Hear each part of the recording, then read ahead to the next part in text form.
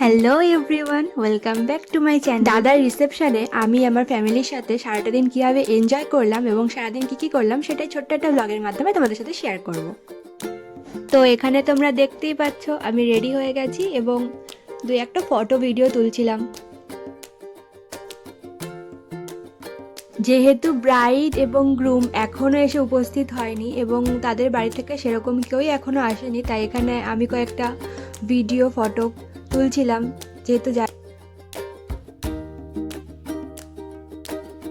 আর এই যে ইতিমধ্যে আমাদের ব্রাইড এবং গ্রুম এসে উপস্থিত হয়েছে। আমার দাদা একটা লাইট পিচ কালারের একটা পাঞ্জাবি পরেছিল এবং তার সাথে কন্ট্রাস্ট রেখে নতুন বৌদি একটা মেরুন কালার ঠিক বলা চলে না, খুব মানে ডিপ ওয়াইন কালারের একটা বেনারসি পরেছিল, যেটা নাকি ভীষণ সুন্দর লাগছিল দেখতে একসাথে।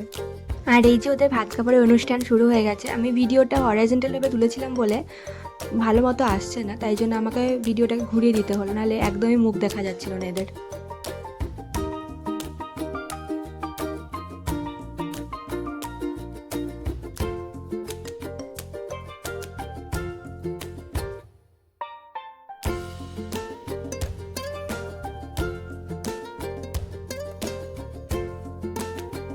ভাত কাপড়ের অনুষ্ঠান শেষ হওয়ার পর ওরা চলে যায়, রেডি হতে যায় এবং আমরা খাওয়া দাওয়া করে রেস্ট নিয়ে আমরা রাতের জন্য রেডি হয়ে যাই। আর এই আমি একটা ইয়েলো কালারের গাউন পরেছি। এইখানটা ডেকোরেশন করা হয়েছে ব্রাইড এবং গ্রুমের জন্য, এবং যাদের ইনভাইট করা হয়েছিল তারা এখানে আসবে, এখানে দাঁড়াবে, তাদের জন্য জায়গাটাকে ডেকোরেট করা হয়। এখানে আমরা সবাই অপেক্ষা করছিলাম ব্রাইড এবং গ্রুমের জন্য, তারা কখন আসবে, এবং ফাইনালি তারা আসে। ভীষণ সুন্দর লাগছিল দুজনাকে একসাথে এবং আশেপাশের এনভায়রনমেন্টটা এত সুন্দর ছিল, সব মিলে ভীষণ ভালো লাগছিল। নতুন বৌদিকে এরকম একটা লাল লেহেঙ্গাতে এত সুন্দর লাগছিল, এত মিষ্টি লাগছিল যে আমরা কেউই চোখ ফেরাতে পারছিলাম না। আর সেদিন প্রচণ্ড ঠান্ডা ছিল, তখন রাত 9টা বাজে, আর আমি তখন ফোনে টেম্পারেচার চেক করি, তখন দেখি প্রায় 13 ডিগ্রিতে চলে গেছে তাপমাত্রা। এতটাই ঠান্ডা ছিল। এত ঠান্ডা সহ্য করা আমার পক্ষে সম্ভব ছিল না। প্রথমে যা ছবি তোলার ভিডিও তোলার সব কমপ্লিট করে তারপর আমি জ্যাকেট পরে নিই, কারণ এত ঠান্ডায় বসে থাকা আমার পক্ষে সম্ভব না। যদিও প্রথমে যেটুকুনি কায়দা মেরে ছবি তুলেছি তার জন্য আমার পরে অনেক ভুগতে হয়েছে। তারপর টোটাল 1 সপ্তাহ ধরে আমি জ্বরে ভুগেছি।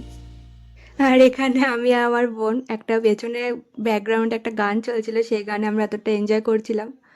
আমার মাঝে মাঝে মনে হয় আমি আরও সবসময় আমাদের নিজেদের তৈরি একটা ওয়ার্ল্ড আছে, সেখানে আমরা বসবাস করি, আশেপাশের কোনো বাস্তবতা আমাদের কাছে এক্সিস্ট করে না। এইভাবেই আমরা নিজেদেরকে খুশি রাখার চেষ্টা করি। যাই হোক, ইটস ওকে। এদিন এত ফটো ভিডিও তুলতে গিয়ে এতটাই ঠান্ডা লাগিয়ে ফেলেছিলাম যেটা আমি সেদিনকার বুঝতে পারিনি। পরের দিনকে আমরা দুর্গাপুরে ছিলাম এবং আমাদের প্ল্যান ছিল পরের দিন আমরা দুর্গাপুরে খানিকটা জায়গা ঘুরবো, একটু শপিং মলে যাবো, এদিক ওদিক ঘুরবো।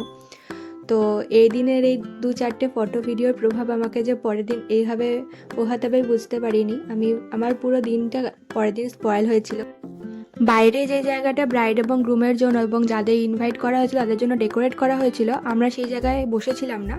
আমরা পাশেই লজেরই জায়গা, পাশে যেখানে বিভিন্ন ফুড স্টল দেওয়া হয়েছিল আমরা সেখানে বসেছিলাম, কারণ এই যে আশেপাশটা ঢাকা ছিল এবং সেদিন এতটা কুয়াশা পড়ছিল যে বাইরে ওরকম ওপেন এরিয়ায় বসে থাকা সম্ভব হচ্ছিল না। ফটো তোলার জন্য, ভিডিও শ্যুট করার জন্য জায়গাটা এত সুন্দর ডেকোরেট করেছিল। আর এই যে খাওয়ার জায়গা, এই জায়গাটা আমার আগের ব্লগে তোমরা দেখেছো যে লজের নিচের জায়গাটাতে এখানে খাওয়ার আয়োজন করা হয়। এটা একটা ভালো ব্যাপার যে কোনো ওপেন এরিয়াতে খাওয়ার কোনো সিস্টেম নেই, লজের নিচের জায়গাটাতে খাওয়ার জন্য ব্যবস্থা করা হয়। আর রাত তখন 10:30 বাজে, আমরা খেতে চলে আসি। আর এই যে আগে থেকে তোমরা মেনু কার্ডটা দেখে নাও, কারণ সব খাবার আমি নিই। আমি সব খাবার কোনো বাড়িতে, কোনো বিয়ে বাড়িতে গিয়ে আমি নিই না, কারণ আমি একসাথে সব কিছু শেষ করতে পারি না। আর অত খাবার একসাথে নিয়ে ওয়েস্ট করা আমার একদমই পছন্দ হয় না। একটা টেবিলে আমি, আমার বোন, মা এবং ভাই বসি, আর আমাদের পরের টেবিলটাতে বাকি ওরা বসেছিল। আর তখন রাত 10:30 বাজে, কিন্তু ততক্ষণ আমার স্বাদ সব গুটিয়ে গেছিলো। প্রথমত ঠান্ডা লাগছিল প্রচণ্ড, আর দ্বিতীয়ত আমি যে কানেরটা পরেছিলাম ওটা এতটা পরিমাণে ভারী ছিল যে আমি কানে আর রাখতে পারছিলাম না।